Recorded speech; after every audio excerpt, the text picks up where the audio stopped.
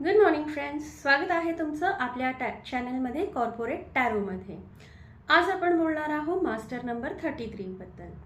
आपण गेल्या व्हिडिओजमध्ये master number 11 आणि मास्टर नंबर 22 बद्दल बोललो होतो.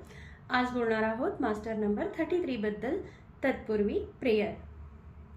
गुरुर्ब्रह्मा गुरुर्विष्णू गुरुर्देवो महेश्वरा गुरु साक्षात परब्रह्म तस्मै श्री गुरुवे नमः.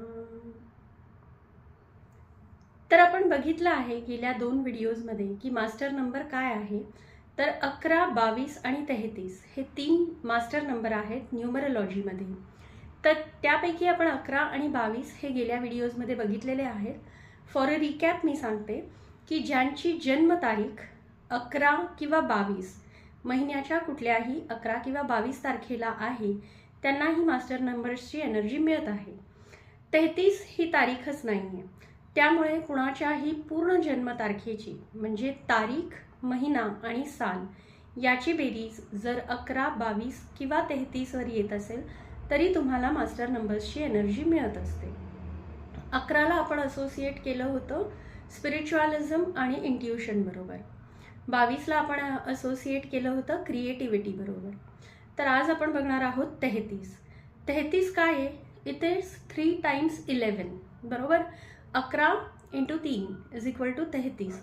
म्हणजे ह्यांना 3 टाइम 11 या मास्टर नंबरची एनर्जी मिळते आणि एकदा 22ची. सो 22 ह्यांचं कॉम्बिनेशन असं आहे की it is 3 times 11. Okay, it is a combination of 11 + 22. So तुम्ही विचार करा की हा किती स्ट्रॉंग मास्टर नंबर आहे की ह्यांना इंट्युशन पॉवर, स्पिरिच्युअलिझम पॉवर, क्रिएटिव्हिटी ह्या सगळ्याचं हे कॉम्बिनेशन आहेत. इंट्युशन आणि स्पिरिच्युअलिझम ह्यांच्यात 3 टाइम्स आहेत. ओके, सो जे मास्टर नंबर 33 आहेत ते highly spiritual, highly intuitive, highly creative अशी लोक आहेत. बरं, 3 + 3 म्हणजे 6. दॅट इज मूलांक 6 मध्ये आपण बघितलं आहे की यांना शुक्राची ही एनर्जी मिळत असते, राईट. सो आयुष्य जगण्याची कला.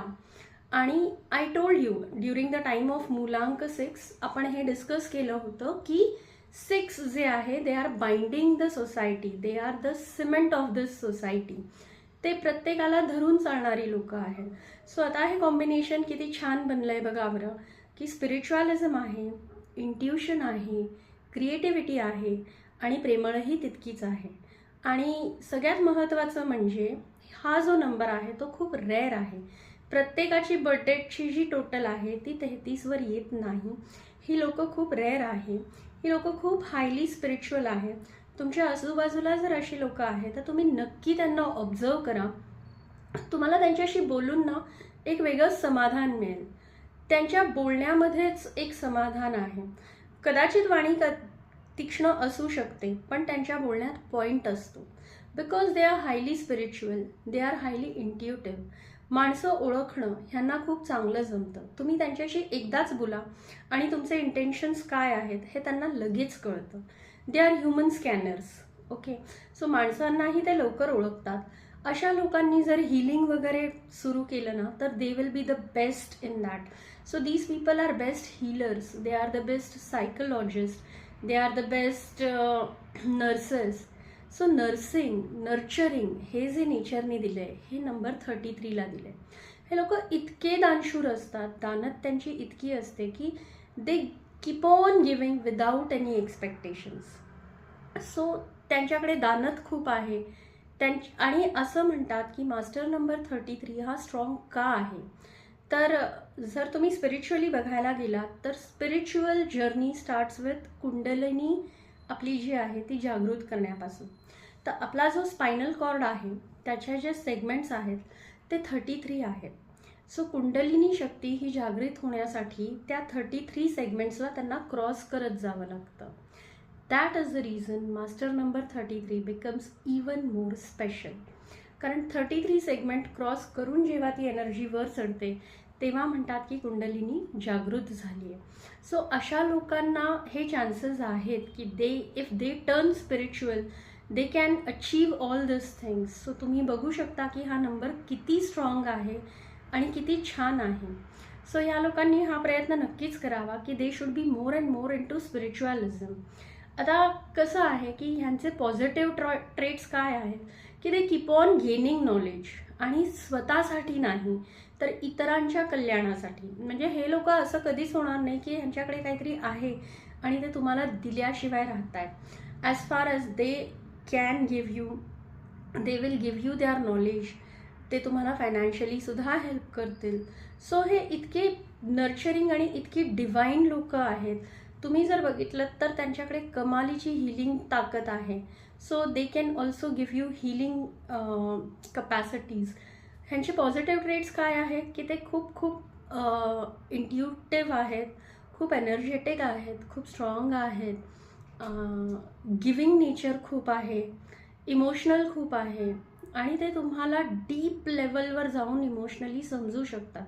म्हणजे ह्यांचं असं आहे की दे आर ह्युमन स्कॅनर्स.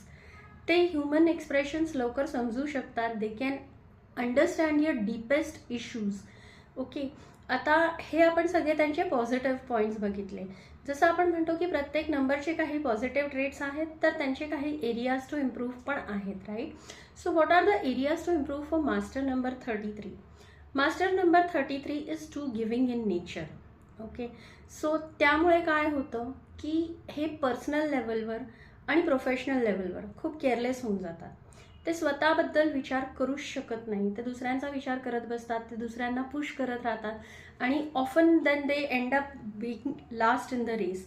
म्हणजे इतरांना पुढे ढकलण्याच्या ह्याच्यात, इतरांचं कल्याण करण्याच्या ह्याच्यात हे स्वतःचं कल्याण करणं विसरून जातात.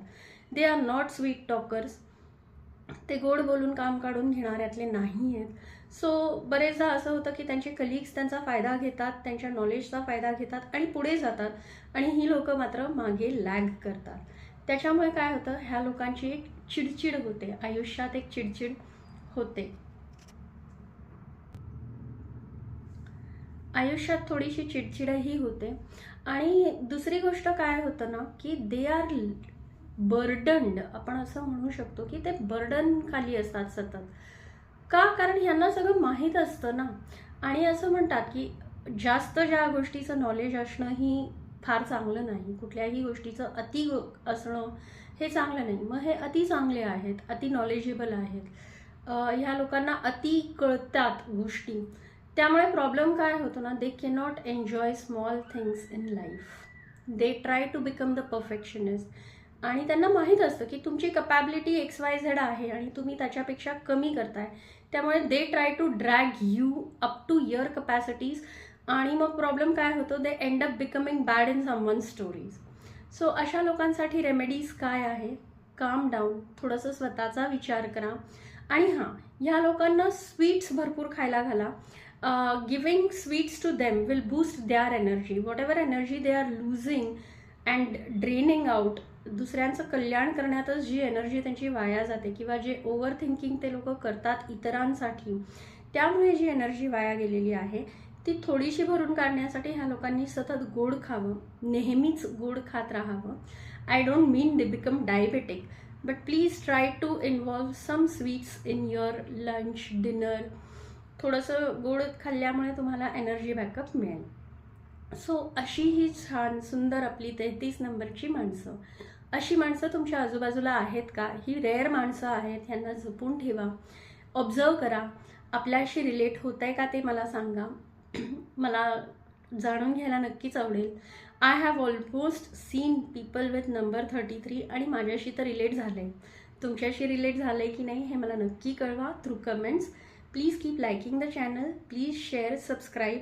इथे आपला मास्टर नंबरची सिरीज जरी संपली आहे तरी I will be coming up with a very new topic tomorrow. आपण बघणार आहोत मंथ वाईज लोकांची personality traits. How a person will be if he is born in a particular month.